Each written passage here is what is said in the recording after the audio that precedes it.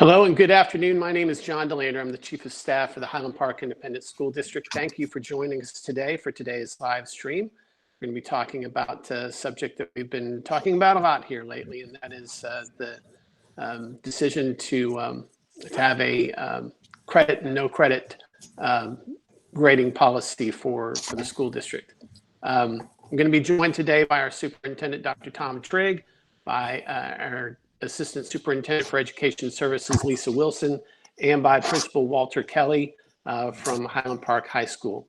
Later on, we're going to open it up for questions, and you can submit questions to us by submitting them to this email address, submitq@hpisd.org, SUMITQ@hpisd.org. We're going to talk here for, we've budgeted basically 30 minutes for today.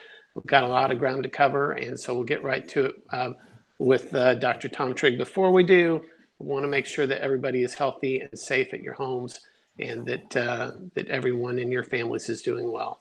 For that, with that, I'm going to hand it over to Dr. Trigg to give us an overview of where we are at this point. Dr. Trigg. Thank you, John. I want to thank you for joining us in certainly what is an unprecedented and extraordinary time in our history. Let me just ask for a little grace as we live stream as well. Just as an example, right before I came on, I hit some button. I don't know what I did, but thankfully we recovered and I'm on live. At least I hope that I am. Let me start by saying that I'm extremely proud of our staff and that the way they have risen to the challenge of providing instructional continuity to our students by way of emergency remote learning. I also want to mention how thankful we are to you, our community, and especially our parents, for your support and to the grace that you've extended us during this unprecedented time. I want to assure you that every decision that we've made during this time is based upon what we believe is in the very best interest of our students, your children, as they're who we serve. And that includes our plan for grading and course credit. Unfortunately, there is no perfect solution. Districts all over the country are struggling with this decision. And we believe what we've put in place is the best of the imperfect solutions that are available. I want to conclude by thanking you for joining us today as we provide the rationale for our plan and answer your questions. John? Thank you, Dr. Trigg. At this time, we'll be joined by Lisa Wilson, Assistant Superintendent of Education Services. Ms. Wilson has been very involved in putting together the online platform for the school district over the course of the last couple of weeks, and has been involved in talking with our principals and key administrators in discussing our grading and reporting procedures. Thank you, Lisa. Good afternoon, everyone. I thought I would start this conversation with a little bit of review about where we are in the approach. When we first rolled out an instructional continuity plan, we reminded our board that we are no longer on our school campuses, but that we did have a plan to roll out instructional continuity for our students that would maybe begin a little bit smaller, but would grow over time. And so some of you may recall, we spent the first few days making sure students could log into the environment. We quickly added video chat features, and now teachers are beginning to get a little more acclimated to delivering instruction in this model, and our students are getting a little more acclimated to learning in this model. Our goal was to increase interactions between students and teachers. We definitely did not want to lose that piece of this puzzle. We also knew that much of this would be virtual, obviously, almost all of it virtual and on the computer. Hopefully, we've provided plenty of offline opportunities as well for your students to continue to engage in the learning. But ultimately, when we first rolled this plan, we were unsure how long this would last. We're still unsure how long this will last, but of course, as it continues, we know we still have at least a few more weeks in this environment. So we quickly had to turn to what would grading and reporting look like in this particular scenario. When we first turned the instructional continuity plan on, we determined that we would not take grades right out of the bat because we wanted to make sure that we had everyone comfortable. So now we had to look at what does grading look like in this particular environment. Lots of considerations on the table for us. We had to look at what approach provided the most equitable way to award credit for the completion of the semester for all of our students. And part of this conversation was a K-12 discussion, while much of the conversation was certainly on high school and awarding credit. We also had to look at what model best supports teachers and students to really focus on learning and the essential skills.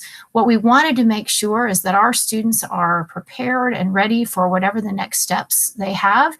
And so defining those essential skills that are critical for the remainder of the semester is something our teachers have certainly been working on.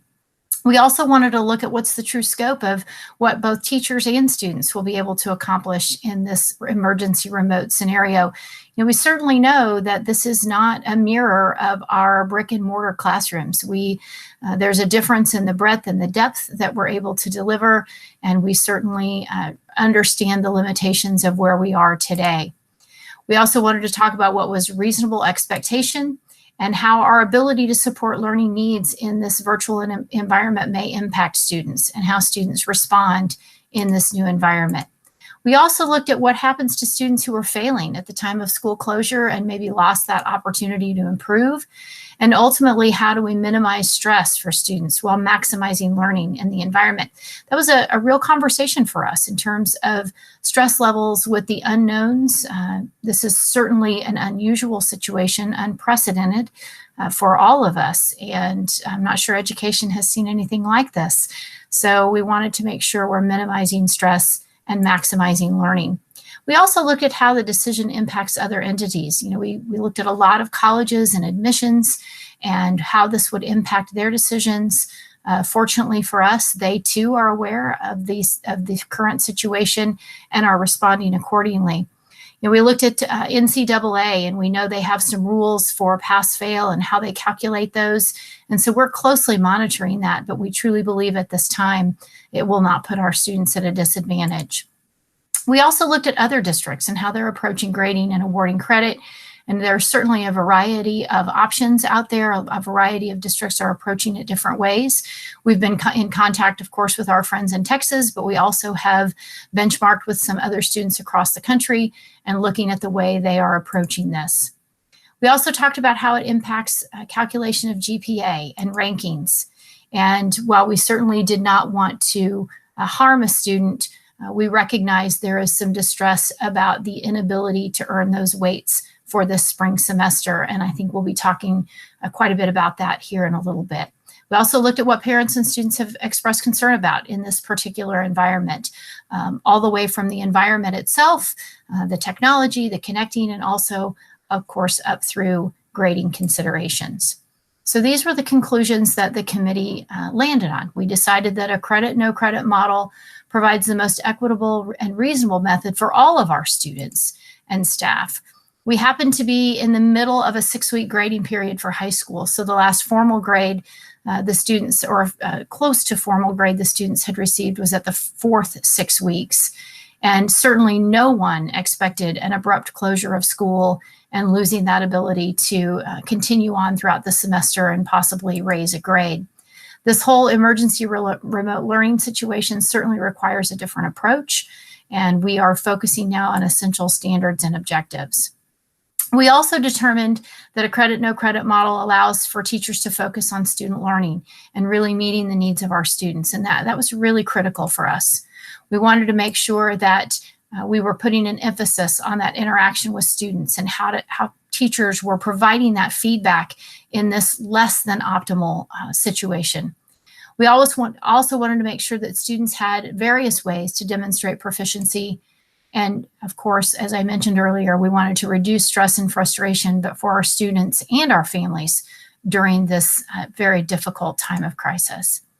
We talk about wanting to hold students harmless, and we mentioned early on that we did not want GPAs to be negatively impacted. Again, lots of conversation about GPAs and how students, those students who have certainly selected a rigorous course load this semester and how they are unable to achieve perhaps an increase in their GPA. And while we are certain that colleges will not hold that as a negative impact, we have decided to offer for any student who is interested an addendum to go with their transcript that will be a personalized letter from both the district and the high school that will outline the decision of the district to go credit, no credit, but will also reflect the student's fourth 6-week period grades so the university can take those into consideration. We also decided that this particular method keeps class rank intact, so a student in class rank cannot be negatively impacted due to circumstances beyond their control in this particular environment. Several questions emerged as a result of that. Does that mean teachers can't grade anything? And the answer is emphatically no. Teachers will continue to provide instructional feedback. That may be scores on formative assessments, other feedback, but definitely feedback to the student on how he or she is progressing toward a standard or objective. How will students know what's expected? Our teachers are working now. They just received the word this week, so they need a little bit of time, but they're working now to provide clarity about the learning focus and really being explicit with students about ways they will assess their progress. Students will want to continue to participate in those activities to demonstrate that they're understanding the learning. Another question we get is, does that mean somebody can just slack off? Oh, it's just credit, no credit. And that is another emphatic no. Engaging with the activities and lessons that teachers are providing will really be critical for teachers to be able to monitor the learning and to determine whether or not the student has demonstrated mastery for the semester or proficiency for the semester. The semester's not over. We still have things to teach and students still have learning to demonstrate. And so we want to make sure they have the chance to do that. So when would we begin this approach? I mentioned just a second ago that teachers will need a little bit of time, and actually this week they're already busy planning the lessons that will be posted on Monday the 13th or Tuesday the 14th, depending on when you plan to get started. But they will have for sure this clarity, these targets, how you'll demonstrate proficiency, and begin this credit, no credit approach on April the 20th. I'm going to turn it back to you, John. Thank you. That was Lisa Wilson, Assistant Superintendent of Education Services. We are getting several questions through our submit queue at hpisd.org. If you have questions, please feel free to send them to us at submitqueue@hpisd.org. We will try to get to as many as we can. Also, we've heard from some people that they have not been able to access this live stream. Please know that we are recording this and we will make it available online as soon as we can. At this time, I'm going to hand it over to High School Principal Walter Kelly to explain a little bit more. Mr. Kelly. Thank you, John, and greetings, Scots and Scott families. Some of what I'm going to share is redundant, or at least complementary to what Dr. Trigg and Ms. Wilson have shared.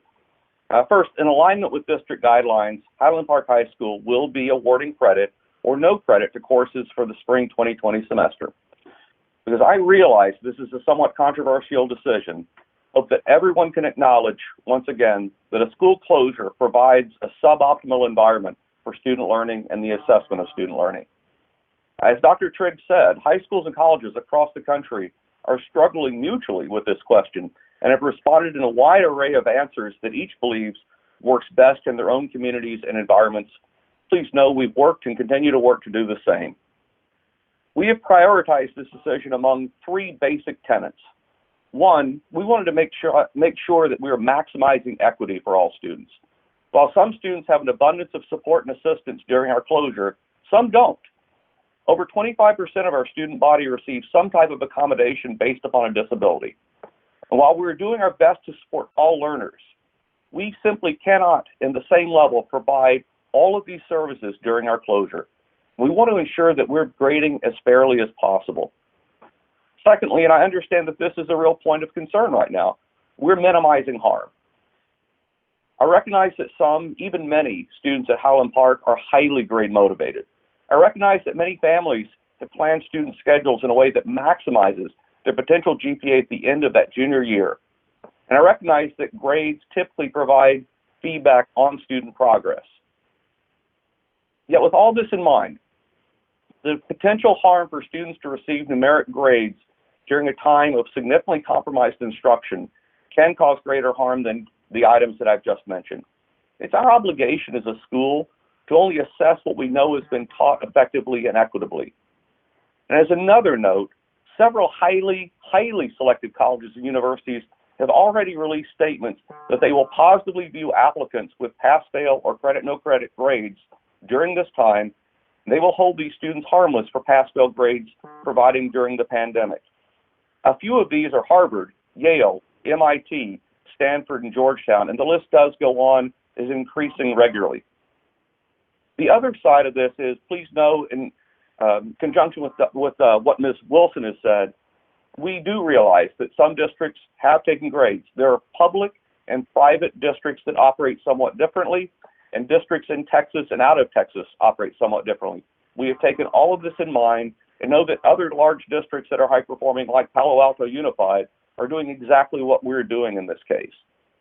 The third priority we have, and certainly I think as parents and students, we all understand this at this time, we want to minimize anxiety and stress. I want to acknowledge that some students may become more stressed not having numerical grades. But the stress that students would struggle with content in this environment and mastering that and earning grades in this compromised environment, we believe would cause even more stress, and this causes the least stress on the student body overall. Credit will be determined by demonstrating proficiency of the essential semester course objectives. Currently, our teachers are determining the essential learning objectives for each course for the spring 2020 semester. On April 20th, teachers will share these objectives with students and families. Because we had school for 9 weeks this semester, all that work done at that time can be used toward assigning credit and mastering those objectives. And assignments after that time will state which objectives each lesson contains so that students can focus on these concepts as they master and at least demonstrate proficiency in this content. Anticipate progress reports that denote all course objectives and which ones each student has demonstrated and which ones each student has not demonstrated. And we're going to have those distributed to you guys starting May 4th. And whatever setting we continue learning, students will continue from May 4th with the focus on demonstrating the proficiency requirements and the objectives for each course, and teachers will align assignments with these course objectives. Another note is that students in AP classes are encouraged but not required to take the AP exam. College Board has moved that to an online, individualized testing environment. They have shared with us they've modified the content of the exams so that they will hopefully be limited to content delivered through March. And on the other end of that, they will have modified the format of these tests so that they are usually one extended answer or multiple long answer questions, but not where you have multiple choice responses. So we really do encourage students to take these exams, but because we don't know for sure the content of those, and because those exams are shared with colleges and universities, those results, we're not requiring that as part of course credit during this time. Senior 2020 considerations. Senior honors, and there are two groups of this. One are simply the top 10 numerical kits, not percentage, count them 1 through 10, including the valedictorian and the salutatorian. These will be calculated through the 4th 6 weeks grades. Then, for honors graduates, this is cum laude, magna cum laude, and summa cum laude graduates, we are going to look at two different things. One is what was their GPA at the end of the fall 2019 semester, and then what is their GPA at the end of the 4th 6 weeks, and whichever is higher, we will use to see if they're eligible for that. Requirements for the 50 hours of community service are going to be suspended for this year for public health concerns. We will continue to award bronze, silver, and gold medals to those students who've gone above and beyond, as many of our students already have. And then from the state, seniors in 2020 who have not passed a required EOC exam may demonstrate mastery in another way for graduation, and teachers and our administration will work with those students to whom that is of a concern. For underclassmen, honor graduates, so again, cum laude, magna cum laude, and summa cum laude, those cutoff points will be adjusted so that they represent historically what those percentages would have been, and we'll put those numbers in as we look at that data for years to come. So that will be changed and adjusted for this in consideration. Again, a note that leading colleges and universities have already stated that pass-fail or CreditNo Credit grades will not be a disadvantage for admissions decisions. We again believe that more and more colleges and universities will join that rank, especially in the highly selective and highly selective categories. And also, as Ms. Wilson shared, an individualized letter will be available for colleges and university admissions that if a student wants their 4th 6 weeks grades from this semester and an explanation of what this has, and historically what probably would have happened with that student's GPA during that spring semester if we had counted those.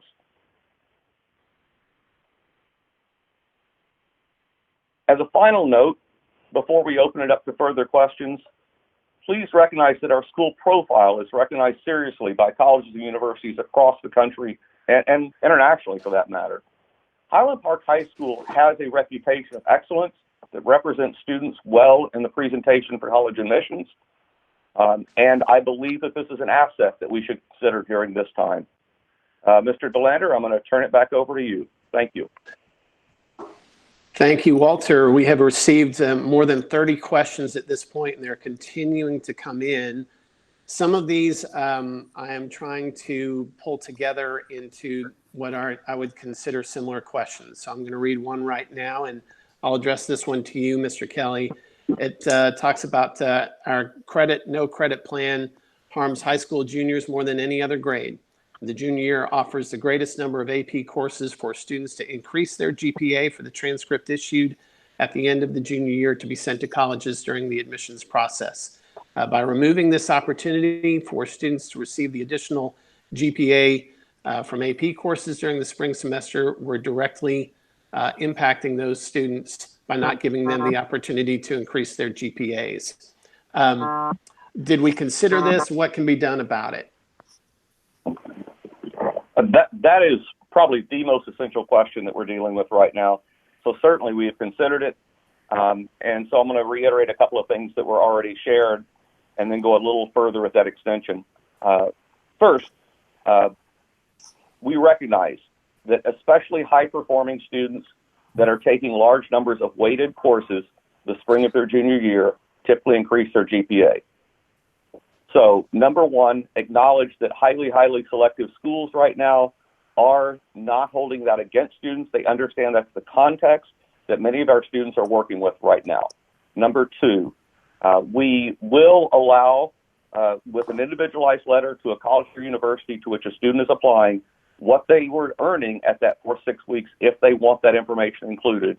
And we will provide in that letter an explanation of what we have done, why we've done it, and then we will have historical data which does show that for high-performing students, not for all percentiles of students, that typically that second semester of junior year does raise GPA, and we will have data that shows colleges that that has had an impact on the overall GPA and that they should consider that. Thank you. Next question, why can't I be given the opportunity of using my 4th 6 weeks grade as a semester grade? You're not valuing the work that I put in so far this semester.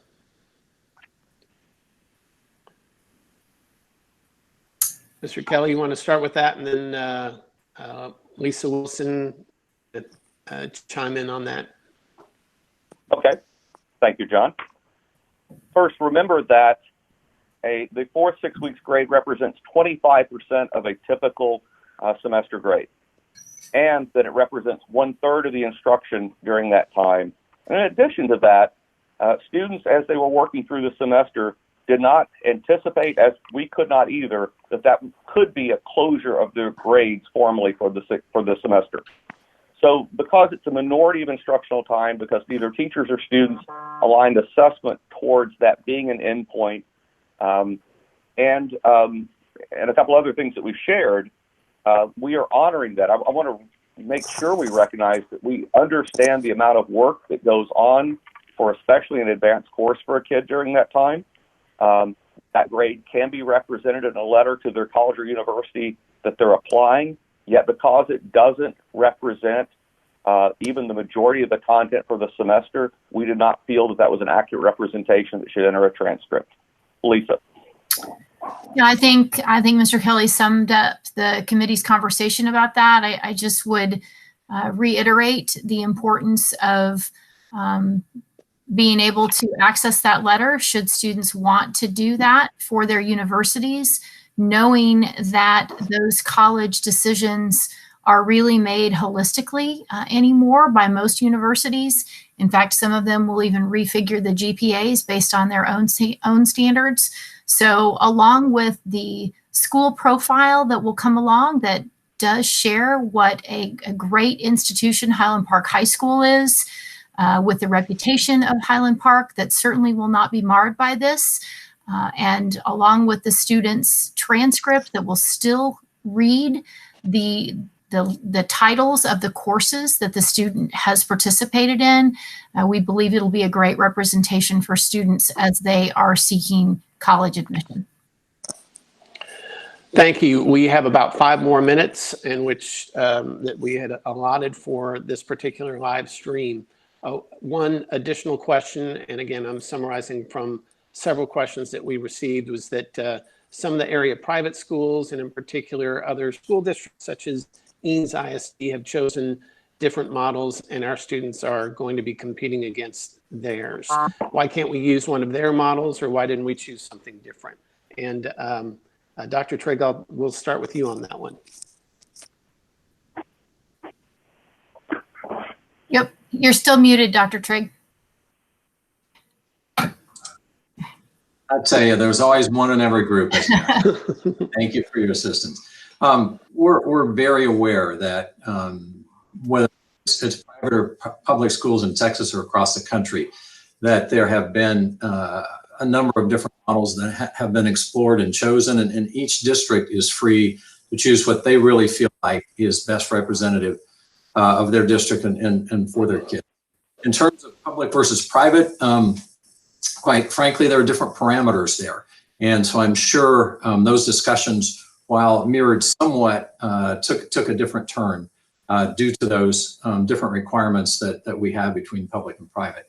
When it comes to public, once again, we've looked at, I think Mr. Kelly mentioned Palo Alto.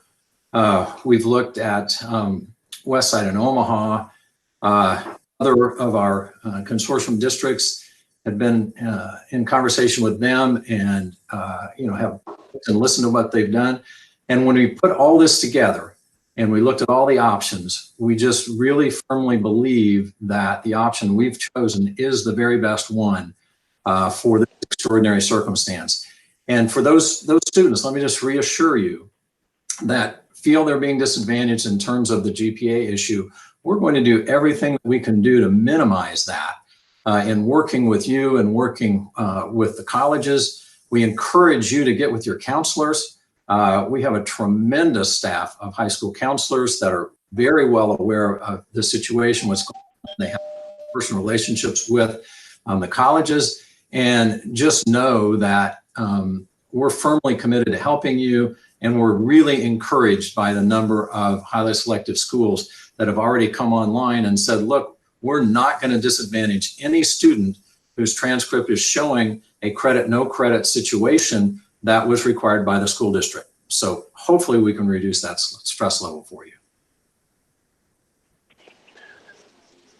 Lisa, do you want to add on to that, or did we cover that pretty well? I think that's great. I want to make sure we get to, I think Walter has something to add. Yeah, and as we work with this, I want to just compliment our counseling staff. We invest and they invest a lot of time in connecting with colleges and universities to which our students apply. For those individual conversations, if a student or a parent has concern, they are prepared to have these discussions with you. Please contact them, work with them, because I believe that we'll find that this is in the best interest of the great majority of our students moving forward, even those that really have high GPAs and are applying to the most selective schools. Thank you. One other question that we've gotten several, and they're continuing to chime in. This is creating stress for my child as they face the college admission process. What would you recommend? Mr. Kelly, we'll start with you on that. Okay, go ahead. Okay.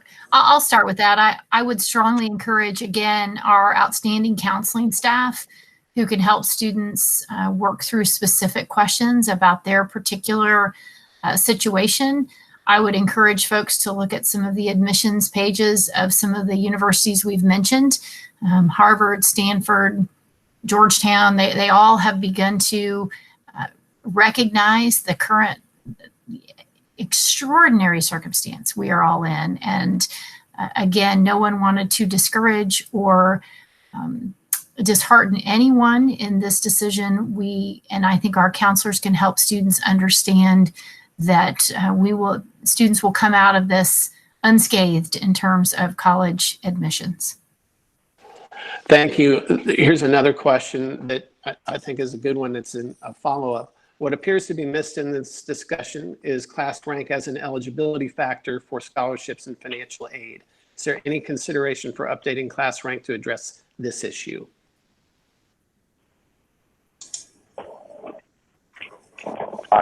Would you like me to start on that, John? Yes, that would be great. Yes, First, Mr. Kelly, that would be great. We'll take one or two more questions after this. Okay, I can't address every scholarship application.